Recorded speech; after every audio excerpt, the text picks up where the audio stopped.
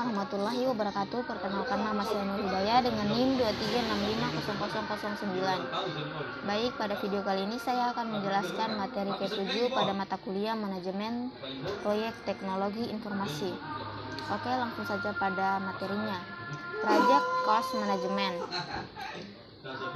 Tujuan pembelajarannya yaitu memahami pentingnya manajemen biaya proyek, menjelaskan prinsip-prinsip manajemen biaya proyek, dasar, konsep, dan istilah, menggambarkan proses perencanaan manajemen biaya, mendiskusikan berbagai jenis perkiraan biaya dan metode untuk mempersiapkannya, terus memahami proses penentuan anggaran dan mempersiapkan perkiraan biaya untuk proyek teknologi informasi atau TI, memahami manfaat dari manajemen image value atau manajemen portfolio proyek untuk membantu dalam pengendalian biaya. Yang terakhir, menggambarkan bagaimana software manajemen proyek dapat membantu manajemen biaya proyek. Pentingnya manajemen biaya proyek. Proyek TI memiliki track record yang buruk untuk memenuhi tujuan anggaran. Studi Chaos menemukan bahwa rata-rata kelebihan biaya yang harus dikeluarkan adalah antara 180% tahun 94 sampai dengan 56% tahun 2004. Biaya dan manajemen biaya proyek. Biaya adalah sumber daya yang dikorbankan untuk mencapai sasaran. Biaya biasanya diukur dalam satuan moneter seperti rupiah, dolar, dan lain-lain. Manajemen biaya proyek mencangkup proses yang dibutuhkan untuk memastikan bahwa proyek diselesaikan dengan biaya yang sudah disetujui. Lanjut pada proses manajemen biaya proyek. Planning cost management menentukan kebijakan, prosedur, dan dokumentasi yang akan digunakan untuk perencanaan, pelaksanaan, dan pengendalian biaya proyek.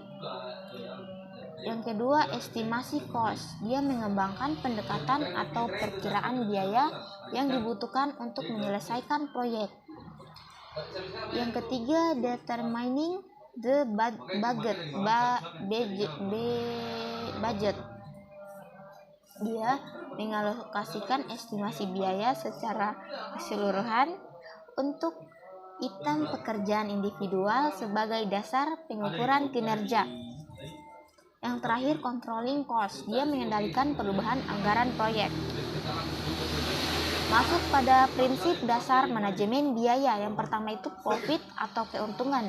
Pendapatan dikurangi pengeluaran. Yang kedua, margin profit. Dia rasio pendapatan terhadap profit. Yang berikutnya, siklus hidup pembiayaan, yaitu total biaya untuk memiliki sebuah produk atau layanan atau biaya pengembangan ditambah support. Yang keempat, cash flow analysis. Dia menentukan estimasi biaya dan keuntungan tahunan untuk sebuah proyek dan cash flow yang dihasilkan selama setahun. Biaya atau manfaat yang nyata adalah biaya atau manfaat yang dapat dengan mudah diukur organisasi dalam rupiah.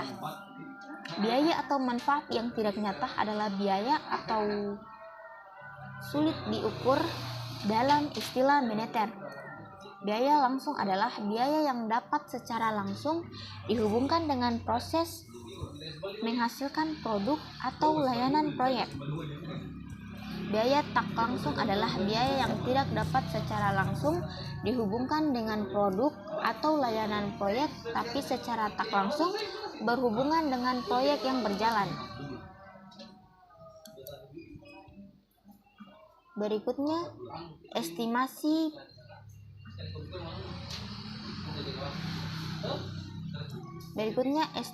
biaya. Manajer proyek harus menganggap serius estimasi biaya jika mereka ingin menyelesaikan proyek sesuai anggaran. Pentingnya untuk dikenali jenis-jenis estimasi biaya, bagaimana menyiapkan estimasi biaya, dan masalah-masalah umum dalam perkiraan biaya teknik informasi atau TI. Lanjut pada rencana manajemen biaya.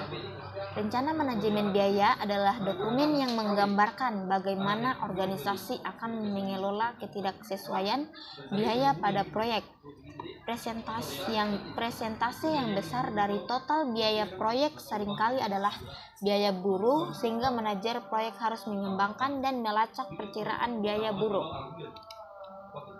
Alat bantu dan teknik estimasi biaya. Yang pertama, perkiraan analog atau atas ke bawah. Dia menggunakan biaya aktual dari proyek sebelumnya yang serupa sebagai dasar untuk memperkirakan biaya proyek sekarang. Yang kedua itu perkiraan bawah ke atas. Dia melakukan perkiraan masing-masing butir pekerjaan atau aktivitas dan menjumlahkannya untuk mendapatkan biaya total proyek. Lanjut pada pemodalan parametrik. Menggunakan karakteristik atau parameter dalam model matematis untuk mempresentasikan biaya proyek. Untuk memperkirakan biaya proyek. Yang terakhir itu alat bantu komputerisasi. Alat bantu seperti spreadsheet dan perangkat lunak manajemen proyek yang dapat membuat pekerjaan dengan menggunakan alat bantu perkiraan biaya menjadikan lebih mudah. Lanjut pada penganggaran biaya.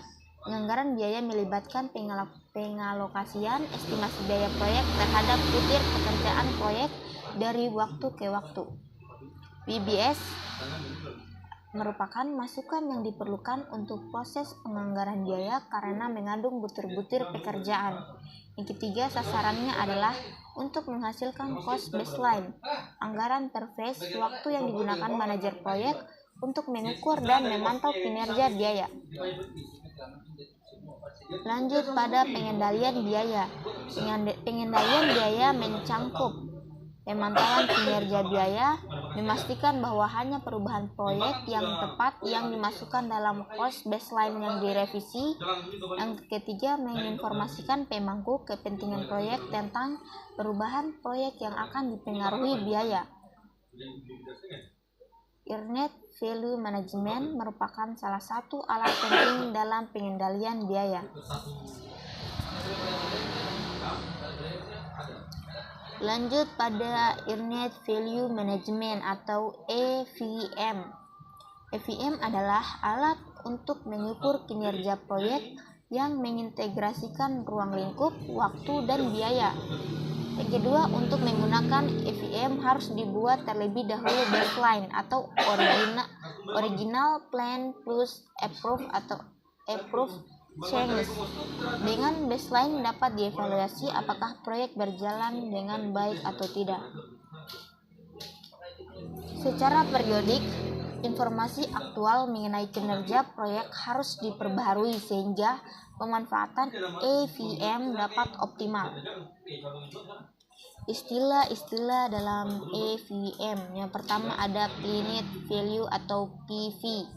Dia adalah rencana porsi total estimasi biaya yang sudah disetujui untuk dikeluarkan pada sebuah aktivitas selama periode tertentu.